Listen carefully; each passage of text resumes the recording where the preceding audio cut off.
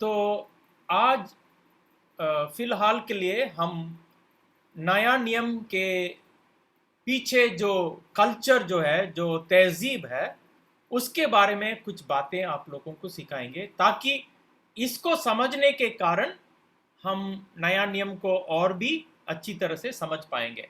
Actual में नया नियम पढ़ने में बहुत आसान लगता है, और इसके कारण काफ़ी लोग इसको मिस इंटरप्रेट भी कर सकते हैं, क्योंकि वो पढ़ने में आसान है। पुराने नियम बहुत कॉम्प्लिकेटेड लगता है पढ़ने में, इसलिए काफ़ी लोग उसमें ज़्यादातर जाते नहीं हैं। अगर जाते भी हैं, ज़्यादा मिसअंडरस्टैंड करने का उसमें मौका नहीं है। लेकिन नया नियम सरल होने के कारण हम उसको बहुत आसानी से उसको मिस इंटरप्रेट कर सकते हैं। इसलिए आज मैं आप लोगों को यीशु मसीह के ज़माने के लोग में जो कलाचार जो था, जो कल्चर था, जो तहजीब था, उसके बारे में कुछ बातों को हम आप लोगों को सिखाएंगे। ठीक है? तो अभी जो पिक्चर जो तुम देख रहे हो पीछे में स्क्रीन में जो बैकग्राउंड है, ये रोम के नगर के जो कोलिसियम है उसके बारे में, उसका पिक्चर यहाँ पे है। लेकिन आज मुझे इस बिल्डिंग के ऊपर में समय नहीं है उतना वर्णन करने के लिए, लेकिन किसी और दिन शायद इस बिल्डिंग के बारे में हम बात कर सकते हैं कि यहाँ पे क्या इतिहास है। इसके बारे में किसी और दिन हम आपको समझाने की कोशिश करेंगे, लेकिन आज हम नया नियम के बैकग्राउंड्स के बारे में कुछ बातें आप लोगों को सिखाने वाले हैं। ठीक है? तो जब जॉन यूहन्ना का 15वीं अध्याय में से 15 वचन जब पढ़ते हैं, वहां पे हिंदी में ऐसे लिखा है, अब से मैं तुम्हें दास ना कहूंगा, क्योंकि दास नहीं जानता कि उसका स्वामी क्या करता है, परंतु मैंने तुम्हें मित्र कहा है, क्योंकि मैंने जो बातें अपनी पिता से सुनी वे सब तुम्हें बता दी।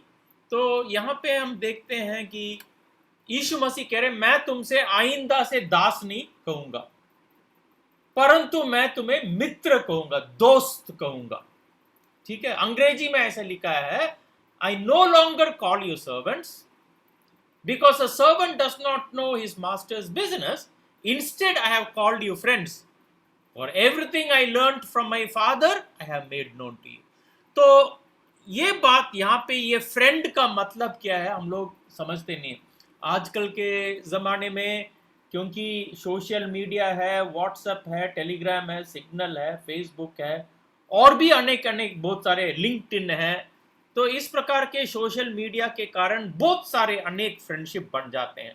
अब पता नहीं अगर आप लोग मैं तो फेसबुक उतना ज़्यादा यूज़ नहीं करता हूँ, लेकिन एक ज़माने में यूज़ करता था, और कुछ 10 साल पहले तक हमने यूज़ किया। उसके बाद मैंने बंद कर दिया क्योंकि कुछ दूसरे प्रॉब्लम्स के कारण। तो अगर तुम जाके देखोगे, शायद मेरा फ्रेंड लिस्ट में तुम वहाँ पे शायद 4000 लोग देखेंगे। ठीक है? आई थिंक इट इज़ 4000 या 3000, हमको याद नहीं है। तो फ्रेंड्स बन जाते हैं बहुत। तो इसलिए आजकल के ज़माने का फ्रेंडशिप के कारण हम जब इस वचन को पढ़ते हैं तो इस वचन को भी उसी फ्रेंडशिप से समझने की कोशिश करते हैं।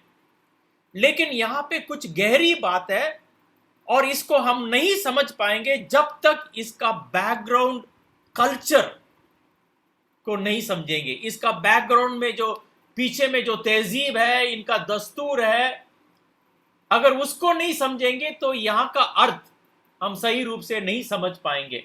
ठीक है? तो इसलिए हम थोड़ा सा बैकग्राउंड आप लोगों को सिखाएंगे। और पहली बात हम दिखाना चाहते हैं, ये शहर का पिक्चर, इस शहर का नाम है एथेंस। ठीक है? और पता नहीं, हम शायद यहाँ पे कुछ रेड लेसर या पेन से आपको कुछ बातों आप लोगों को दिखा सकता हूँ। तो पेन निकाल के यहाँ पे दिखाता हूँ। तो ये जो बिल्डिंग है इसको बोलते हैं पार्थेनॉन। ये जो बिल्डिंग यहाँ पे है इसको बोलते हैं पार्थेनॉन बिल्डिंग। ठीक है? और इसके बगल में यहाँ पे, ये पर्वत के कारण ये छिपा हुआ, इस तरफ में कहीं पीछे में वहाँ पे एक और पर्वत है, और उस पर्वत का नाम है एरियोपेगस, जो हम प्रेरितों की किताब में 17 अध्याय 16 वचन से लेके 23 तक जब हम पढ़ते हैं, 32 तक जब हम नहीं 23 तक जब हम पढ़ते हैं, तो वहां पे हम देखते हैं कि पॉल कहां पे थे। 16 वचन में ऐसे लिखा, while Paul was waiting in Athens he was greatly distress to see the city was full of idols. वहां पे इतना मूर्तियां थे, इससे वो उनका दिल में बहुत दर्द हुआ। और फिर हम देखते हैं कि वो यहाँ पे 19वीं वचन में, they took him and brought him to a meeting of the Areopagus. वो एरियोपेगस जो है वो हाई माउंटेन जो वो यहाँ पे इस जगह में, ठीक है। अब ये यहां से हमको दिखाई नहीं दे रहा। तो वहां पे पॉल प्रेरित पहले यहाँ पे आए, यहाँ पे आने के कारण यहाँ के मूर्तियों को देखकर वो बहुत नाराज हो गए। और ये जो बिल्डिंग तुम यहाँ पे देखते हो, यहाँ पे नाइकी करके एक देवता है, गॉडेस है, जिसका पूजा करते थे। और इस नाइकी के बिल्डिंग के उस तरफ में पीछे में एरियोपेगस है, ठीक है। तो ये जो शहर यहाँ पे जो देखते हैं, इसको बोलते हैं एक्रोपोलिस। इसका नाम है एक्रोपोलिस, सबसे हाईएस्ट जगह, ठीक है। तो यहाँ पे जब पौलुस प्रेरित आए तो थोड़ा नाराज हो गए थे, ठीक है। लेकिन इस शहर के बारे में हम कुछ बातें बताना चाहता हूं कि ये जो एथेंस का शहर, यहाँ पे एक दस्तूर या यहाँ पे एक कल्चर बहुत सालों के पहले यूनानी साम्राज्य के समय में शुरू हुआ, जिसको ग्रीक एम्पायर के जमाने में शुरू हुआ।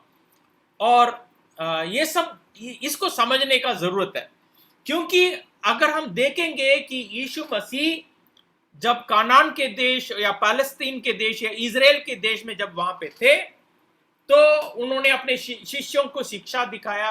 उसके बाद पौल प्रेरितों का किताब था। तो उस जमाने में जब हम प्रेरितों को किताब पढ़ते हैं तो देखते हैं कि बहुत जल्दी से ईसाई विश्वास हर जगह में फैलने लगता है, ठीक है। ये फैलने के कारण 3 बातें हैं। सबसे पहली बात है रोमन रोड्स। उनके रोम राज्य के सड़क वो इतना अच्छा इंटरकनेक्टेड थे कि कोई भी सड़क लेने से तुम रोम के शहर या नगर को तुम पहुंच सकते हो। इसलिए अंग्रेजी में वो कहावत भी लिख रहा है, जिसको बोलते हैं, वो कहावत है, ऑल रोड्स लीड टू रोम, ठीक है। तो ये कहावत को हम अंग्रेजी में हम सुनते हैं, किस लिए? क्योंकि ये रोमन रोड्स जो है, रोम राज्य ने हर जगह में इतना सुंदर रोड बना दिया कि ये नेटवर्क ऑफ रोड्स बहुत सुंदर था कि कोई भी किसी भी रोड पकड़ने से उस एम्पायर के में कहीं पे भी पहुंच सकते हैं और रोम राज्य को पहुंच सकते, रोम के नगर को पहुंच सकते हैं। तो रोमन रोड्स बहुत इंपॉर्टेंट थे। उसके कारण शिष्य लोग कहीं पे भी ट्रैवल कर पाए और सुसमाचार कहीं पे भी सुना पाए। दूसरी बात है ग्रीक कल्चर। अगर हम इतिहास को पढ़ते हैं तो बेबीलोन के एम्पायर के बाद में, यानी कि बेबीलोन का राज्य के बाद में, उसके बाद में आया फारसी लोगों का राज्य, पर्शियन एम्पायर। पर्शियन राज्य लोगों के एम्पायर के बाद में आया यूनानी एम्पायर, यानी कि ग्रीक एम्पायर। और ग्रीक एम्पायर जो था, उनका कल्चर और उनका भाषा लोगों के बीच में फैलने लगा। एक्चुअल में ये शुरू हुआ अलेक्जेंडर के जमाने में, जहां पे पूरा दूसरे दूर दूर जगह में अलेक्जेंडर ने वो जगहों को ग्रीक राज्य के नीचे में उनको लेके आए। तो ग्रीक एम्पायर बहुत बड़ा एम्पायर बन गया। लेकिन अलेक्जेंडर के मौत के बाद में वो 4 जनरल्स के बीच में बांट दिया गया था, ठीक है। और उन लोगों ने क्या किया, हर एक जगह में यूनानी कल्चर यानी कि Greek culture and Greek language को फैलाने की कोशिश किया। यहां तक इजराइल के देश में भी काफी लोग वो ग्रीक कल्चर को अपनाने लगे, लेकिन कई लोग उसको अपनाने नहीं पाए और वो रिजेक्ट किया। जैसे फैरिसी लोग जो हैं, उन्होंने क्या किया, वो अपने यहूदी धर्म को के खिलाफ में कुछ भी नहीं करना चाहते थे। लेकिन जो सैडुसी लोग थे, वो प्रीस्टली वंश के आए थे, यानी कि प्रीस्ट के वंश से आए थे, लेवी के वंश से आए थे और वंश से आए थे। और ये लोग जो है वो यूनानी कल्चर को एक्सेप्ट भी किया और अपनाने लगे। तो ग्रीक लैंग्वेज हर जगह में फैल गया। ठीक है, जो भाषा अलेक्जेंडर बात करते थे उस भाषा का नाम है, यानी कि हम बोल सकते हैं कि यूनानी भाषा जो है वो अलग अलग किस्म का है। यानी कि एक पुराने जमाने में एक यूनानी भाषा था, फिर 400 साल दूसरा भाषा था यूनानी का, जैसे कि अंग्रेजी में भी देखते हैं। अगर हम 400 साल चले जाएंगे 1600 में, वहां पे जो बात करते थे इंग्लिश, उसको बोलते हैं एलिजाबेथन इंग्लिश। उसके बाद जेकोबियन इंग्लिश आया, उसके बाद विक्टोरियन इंग्लिश आया, उसके बाद रोमांटिक इंग्लिश आया, उसके बाद मॉडर्न इंग्लिश आया। ठीक है, तो इंग्लिश जो है वो बदलता गया, उसी प्रकार से यूनानी भाषा भी बदलता गया। तो जो भाषा अलेक्जेंडर बोलते थे वो भाषा को बोलते हैं एटिक ग्रीक। तो वो अलेक्जेंडर का भाषा था जो राजा था। ठीक है, और जिसके कारण बहुत सारे देशों को ग्रीक राज्य के नीचे में उन्होंने ले आया, तो उनका भाषा था एटिक लैंग्वेज। लेकिन ये जो एटिक लैंग्वेज जो है, भाषा जो है, ये जिस देश में उनको अपने कब्जे के अंदर में लेके आए, वहां पे ये जो भाषा मिक्स करने लगा, तो ये एटिक भाषा जो है दूसरे भाषाओं के साथ मिक्स करने के कारण वो एक नया ग्रीक बन गया, जिसको बोलते हैं कॉमन ग्रीक या कोयने ग्रीक बोलते हैं। अब कोयने ग्रीक के भाषा में ही हमारा नया नियम जो है लिखा गया, और ये पूरा अंपायर यानी कि पूरा हर जगह में ग्रीक भाषा बोलते थे। अभी क्या हुआ, ग्रीक राज्य को रोम राज्य ने उनको खत्म किया। अभी जब यीशु मसीह आते उस टाइम में रोम राज्य चल रहा था, ग्रीक एम्पायर नहीं था। लेकिन रोम राज्य का ऑफिशियल भाषा लैटिन था। लेकिन वो लोग जो है ये ग्रीक भाषा जो हर जगह में फैल गया है उसको बदल नहीं पाए। तो रोम राज्य के समय में भी ग्रीक भाषा ही चल रहा था।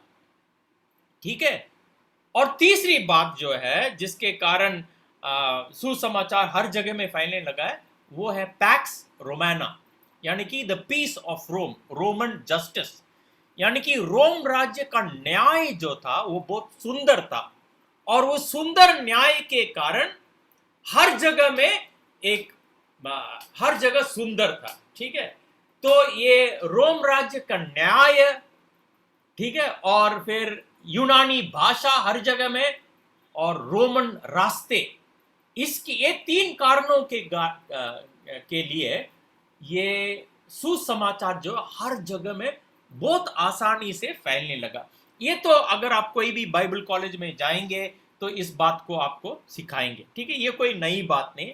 कोई भी अच्छा हिस्ट्री के किताब ले लेंगे तो ये सब इंफॉर्मेशन आपको मिल जाएगा। लेकिन काफी किताबें जो है, बस एक ही दो किताब है, काफी किताबें जो मुख्य कल्चर जो है इस जमाने में, उसके बारे में कुछ बातें बताया ही नहीं है। तो आज हम तुम लोगों को 3 शब्द सिखाने वाले हैं।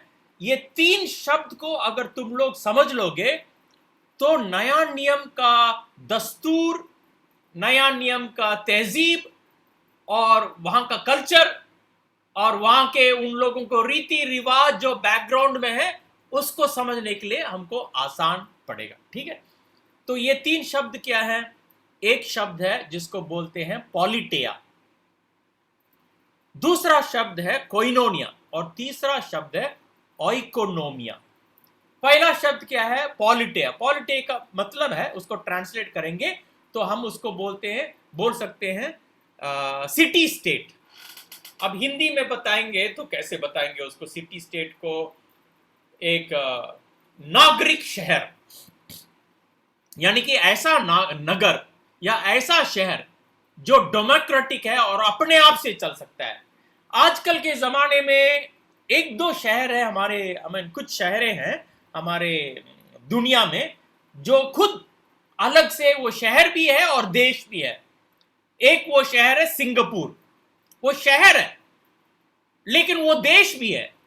वो शहर भी है और देश भी है, और अपना नागरिकता को अपने आप से चलाता है। ठीक है, अपना राजनीति को अपने आप से चलाता है। इसको बोलते हैं सिटी स्टेट। ये सिटी स्टेट्स कहां पे उत्पन्न हुआ? बस यही जगह जो हमने आपको यहां पे दिखाया, जिस शहर का नाम है एथेंस। सबसे पहले ये सिटी स्टेट का कॉन्सेप्ट जो है एथेंस में शुरू हुआ। हाँ, इससे पहले भी सिटी स्टेट्स थे, लेकिन यहां पे एथेंस में एक नया, एक डेमोक्रेटिक सेटअप शुरू हुआ, जहां पे हर एक सिटीजन जो भी वहां पे रहते हैं, वो उनका इक्वल राइट्स होता है, और वो इक्वल राइट से क्या कर सकते हैं? अपने लीडर्स को चुन सकते हैं, जो अच्छे लीडर्स इस शहर को अच्छे तरीके से चला पाएंगे करके। तो ये सबसे पहली बार हम देखते हैं इतिहास में। It takes place during the time of the Greek, before, even before the Greek empire. उससे पहले भी शुरू हुआ था, लेकिन एथेंस में सबसे पहले शुरू हुआ। लेकिन एथेंस में शुरू होने के बावजूद भी रोम राज्य के समय में भी ये प्रैक्टिस चलता रहा। बट जिस प्रकार से ये कॉन्सेप्ट जो था, ये अलग जो नियम जो निकला था, ये नागरिकता जो निकला था, ये पूरे रूप में कहीं पे भी हम देख नहीं पाए। कॉन्सेप्ट बहुत सुंदर था, लेकिन कहीं पे भी इसका सफलता को हमने नहीं देखा। एक ही जगह में हम इसका सफलता देखते हैं, वो विश्वासी लोगों में ये सफलता देखा है। और इसी बात के बारे में, सिटी स्टेट के बारे में, सिटीजन के बारे में हम कहां पे देखते हैं? पतरस की किताबों में देखते हैं। पतरस के लिखे हुए पत्रों में हम देखते हैं, जहां पे बोलते हैं यू आर सिटीजन्स करके बोलते हैं ना। ये सिटी स्टेट का कॉन्सेप्ट से निकलता है। तो तब उसको जब पतरस के पत्रों को पढ़ते हैं, तो वहां पे ये सिटी स्टेट का मतलब हम वहां पे समझते हैं। ठीक है, फिर ये दूसरा शब्द जो है कोइनोनिया, और आजकल के जमाने में कोइनोनिया का मतलब है फेलोशिप।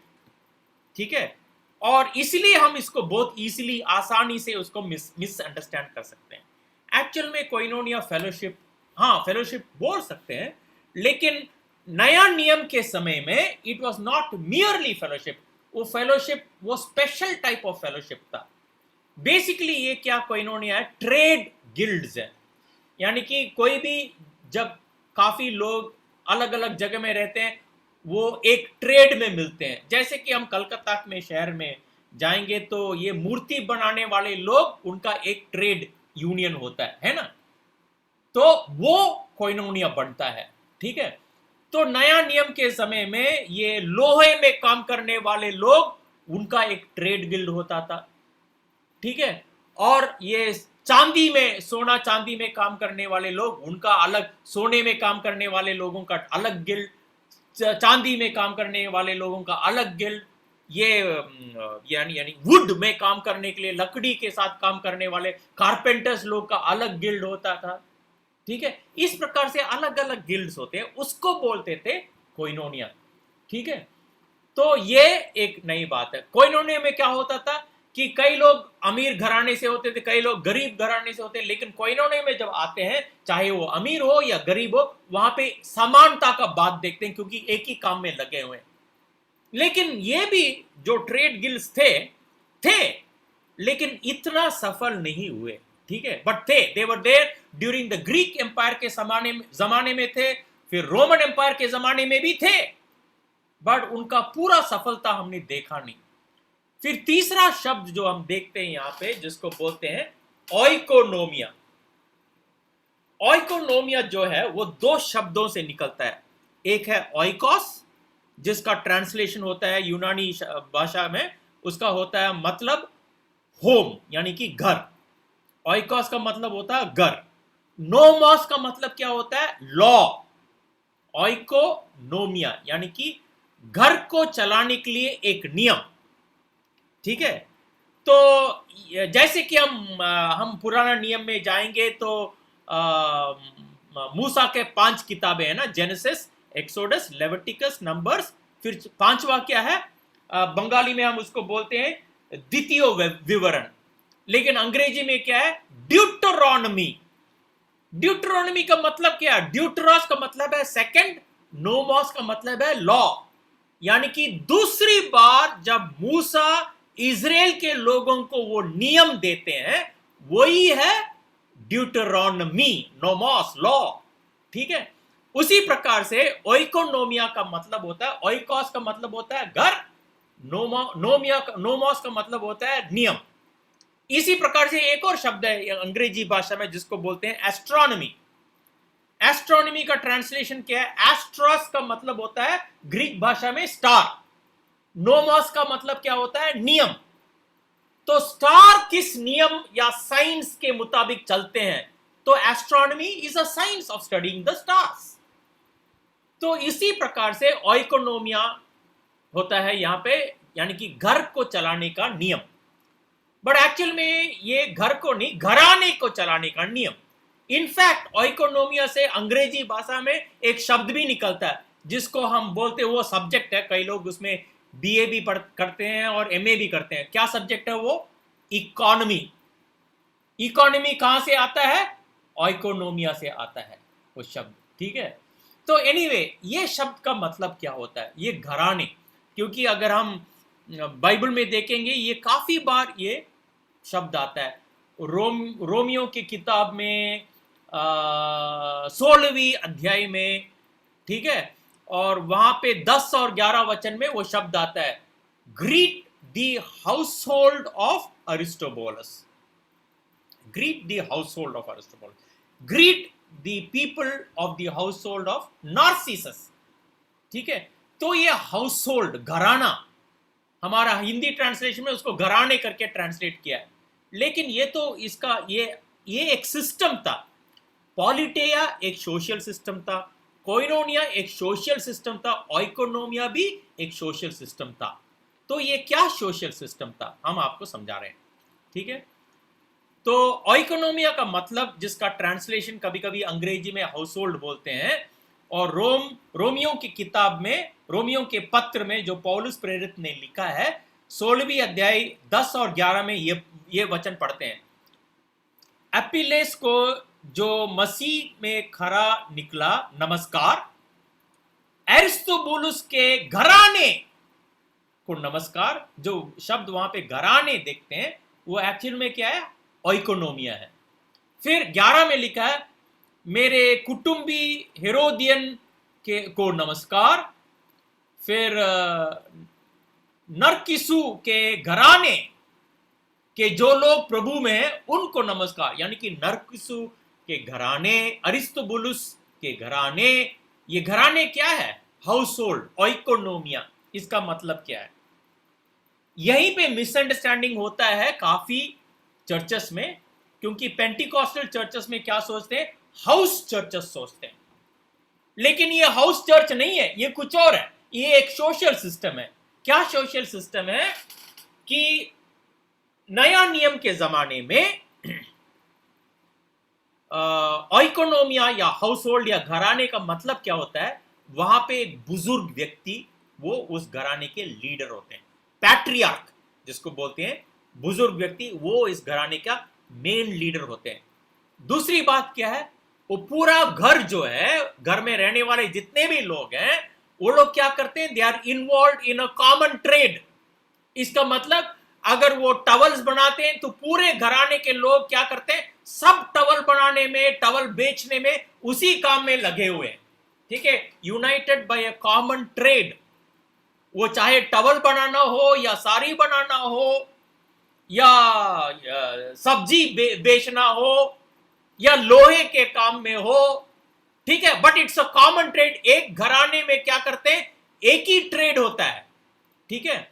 ये दूसरी बात है। तीसरी बात क्या है? They have a common worship. सब एक ही घराने में है, ठीक है।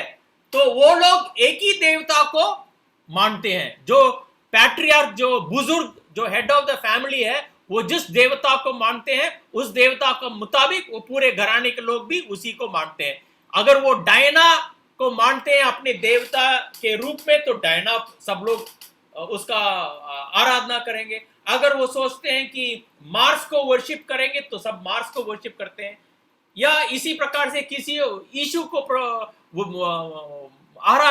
मसीह माना तो पूरा घराना उसको मानते हैं, ठीक है।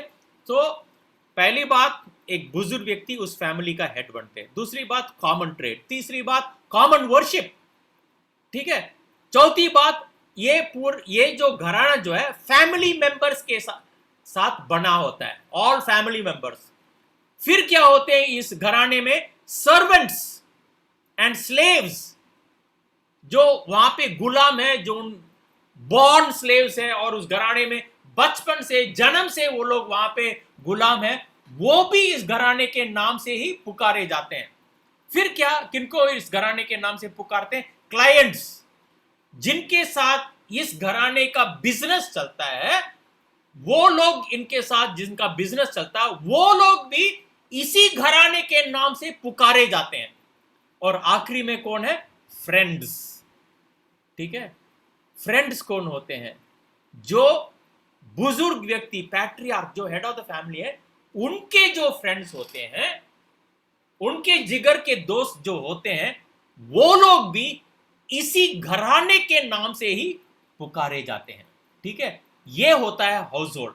और एक हाउस होल्ड में इस प्रकार का ओइकोनोमिया या घराने में शायद 100 लोग होते हैं या 300 लोग हो सकते हैं, या कभी कभी उससे भी ज्यादा हो सकते, 300 भी ज्यादा हो सकते हैं। ठीक है, तो ये होता है हाउस होल्ड या घराना।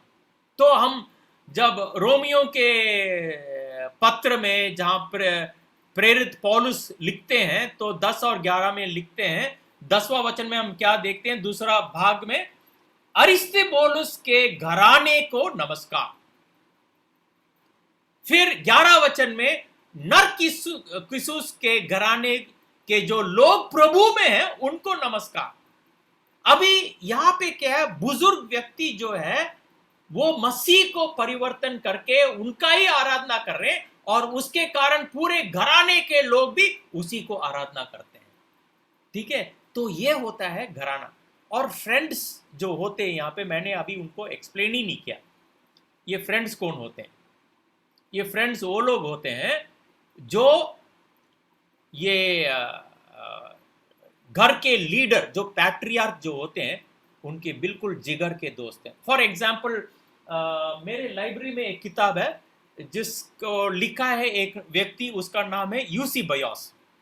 लेकिन यूसी बयोस वो 300 एडी में, वो सेजेरिया फिलिपाई का, सेजेरिया मैरिटाइमा का वहां का बिशप थे 300 एडी में।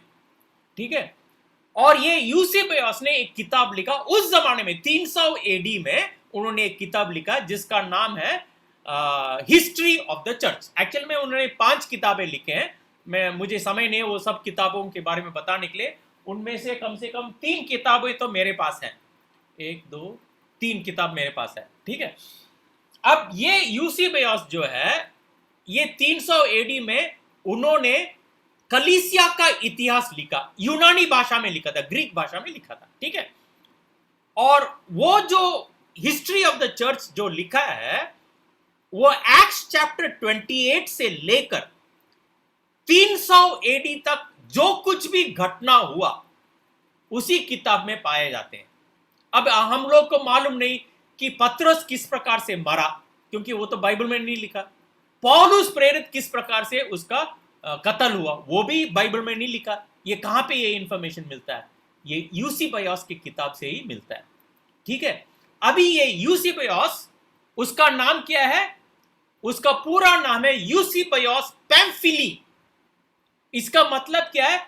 यूसेबियस जो पैम्फिलस के घराने से हैं। ठीक है, यूसेबियस जो पैम्फिलस के घराने से है। एक्चुअल में ये यूसेबियस जो है पैम्फिलस के रिश्तेदार नहीं है, वो फैमिली मेंबर नहीं है, लेकिन दोस्त है। इसलिए उनका नाम क्या है? Eusebius of Pamphilus. उन्होंने एक किताब लिखा है जो मेरे लाइब्रेरी में, जो मार्टिर्स ऑफ पैलेस्टीन, यानी कि पैलेस्टीन के इलाके में जो शहीद हुए, the people who died for Jesus Christ in the, उन लोगों के बारे में एक किताब। वो किताब किसके बारे में मालूम? ये पैम्फिलस के घराने के लोग कैसे रोम राज्य ने उनके ऊपर क्लेश ले आकर उनको एक एक को किस प्रकार से मारा, गुलाम लोगों से लेके बुजुर्ग लोगों को किस प्रकार से मारा, उसका कहानी उस किताब में है। ठीक है, लेकिन यूसेबियस कौन है?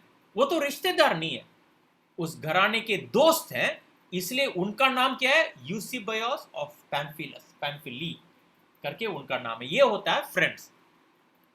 और फ्रेंड्स एक दूसरे प्रकार के भी होते हैं फ्रेंड्स, ये पैट्रियार्क के, यानी कि ये बुजुर्ग व्यक्ति जो लीडर है, उनके दूसरे प्रकार का फ्रेंड्स भी होते हैं। वो कौन है? उनके घर में जो गुलाम लोग हैं। वो कौन है? गुलाम लोग तो मास्टर यानी कि जो घर के लीडर जो हुक्म दिया उनको करना ही पड़ता है। उनको समझ में आए नहीं आए, किस लिए हुक्म दिया, लेकिन करना ही पड़ता है। लेकिन अगर एक बहुत अच्छा व्यक्ति जो उनकी गुलामी में बहुत अच्छा काम किया है, और लीडर जो पैट्रियार्क जो उन्होंने निर्णय किया, आज तुमने बहुत सालों के लिए बहुत सुंदर मेरे साथ व्यवहार है, इसलिए आज तुमको इस गुलामी से निकाल के तुमको पूरा फ्रीडम देना चाहता हूं। ठीक है, जब वो पूरा फ्रीडम देते हैं इसको, तो क्या बोलते हैं? आज से तुम गुलाम नहीं हो, तुम फ्री हो, तुम मेरे घर को छोड़कर कहीं हो, तुम अपना बिजनेस भी शुरू कर सकते हो, तुम स्वतंत्र हो। लेकिन अगर ये गुलामी व्यक्ति जिसको स्वतंत्रता मिल गया है, अगर उसने अपने बॉस से कहा, उनसे कहा, अपने जमींदार से कहा कि आपने तो, आपके साथ तो 40 साल के लिए मैंने काम किया है, और आपको छोड़ के मैं नहीं जाना चाहता हूं, क्योंकि हम छोड़ के आपको जाएंगे तो मेरा आप लोगों से बहुत मोहब्बत हो गया, हम नहीं जाना चाहते, हम यहीं पे रहना चाहते हैं, हमारा दिन यहीं पे गुजारना चाहते हैं। तो वो जो बुजुर्ग लीडर जो हैं वो क्या करते हैं? इनको फ्रीडम देते हैं, बोलते हैं ठीक है तुम मेरे घर में रहोगे, लेकिन तुम फ्री रहोगे, और आज से तुम मेरे दोस्त हो। दोस्त का मतलब क्या होता है मालूम? ऐसे घराने में, हाउस होल्ड के सिचुएशन में दोस्त का मतलब क्या होता है? दोस्त का मतलब होता है कि मैं अपने फैमिली मेंबर से भी बातों को छिपा सकता हूं, मेरे गुलामों से तो कुछ कहता ही नहीं हो, उनको मेरे दिल के बात उनको नहीं बताएंगे, लेकिन दोस्त को मेरे दिल के सब बात बताएंगे। जो गुलाम था आज गुलाम नहीं है, अभी दोस्त बन गया। Elevation of status. अब हम पढ़ते हैं उस वचन को एक और बार, जो यीशु मसीह ने अपने शिष्यों को बताया, अब से मैं तुम्हें दास ना कहूंगा, क्योंकि दास नहीं जानता कि उसका स्वामी क्या करता है, परंतु मैंने तुम्हें मित्र कहा है, क्योंकि मैंने जो बातें अपने पिता से सुनी वे सब तुम्हें बता दी। I no longer call you servants, because a servant does not know his master's business. Instead, I have called you friends. For everything that I have learned from my father, I have made known to you. देखो, ये पीछे का जो culture, उनका दस्तूर समझने के कारण अभी ये फ्रेंड का मतलब देखो कितना बदल गया है, कितना बदल गया है। नॉर्मली रब्बी लोग जो होते हैं, मास्टर्स जो होते हैं, उनके डिसाइपल्स उनके सर्वेंट्स होते हैं। लेकिन यीशु मसीह ने क्या कहा? तुम मेरे सर्वेंट्स नहीं, now you are my friends, you are equal to me. तुम्हें मेरे जिगर के साथ लगा के मेरे दिल में जो भी बात है सब कुछ तुमको बता दिया। पिता ने मुझे जो बताया सब कुछ तुमको बताया, तुमसे कोई भी बात मैंने छिपाया नहीं। पुराने नियम में जाएंगे तो ये बात को देखते हैं। 18 अध्याय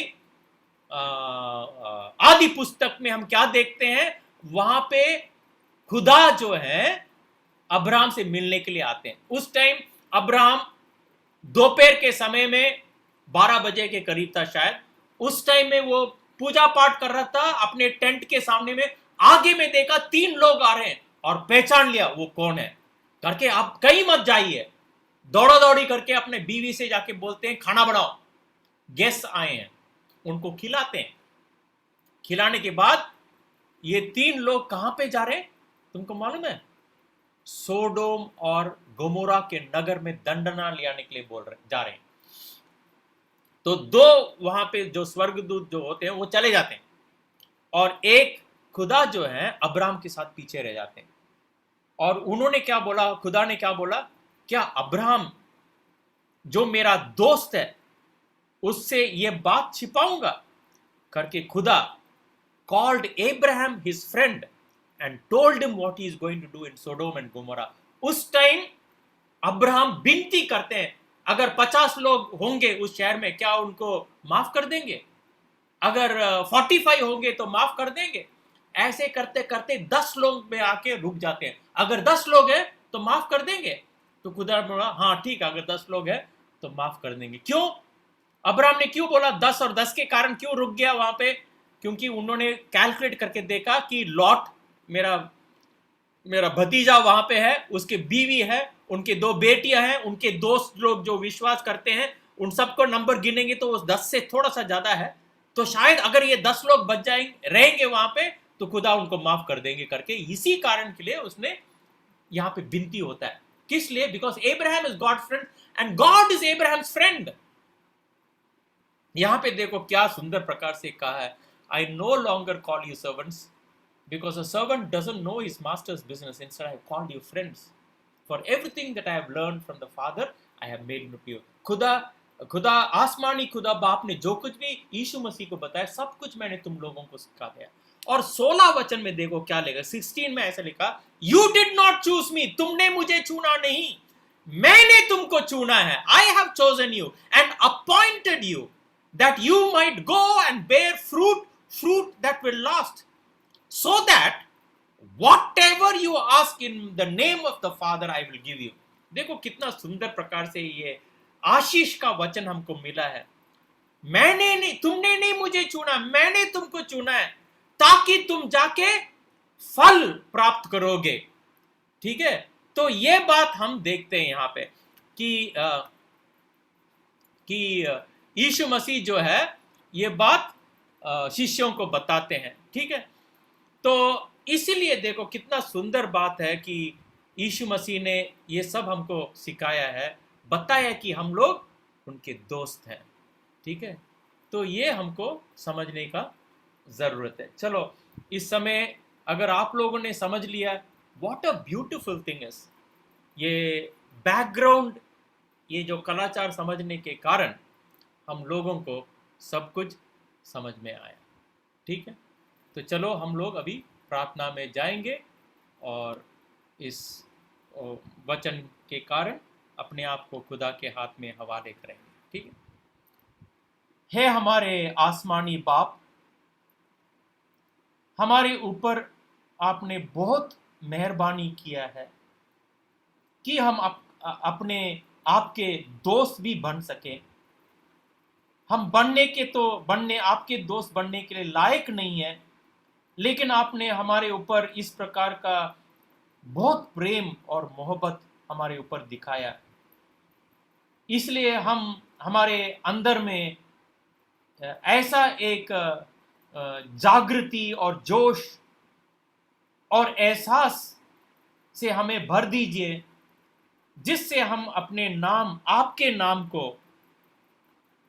नाम के उमंग में हम हर समय बने रहेंगे। इस विनती को हम मांगते हैं यीशु मसीह के नाम में, आमीन।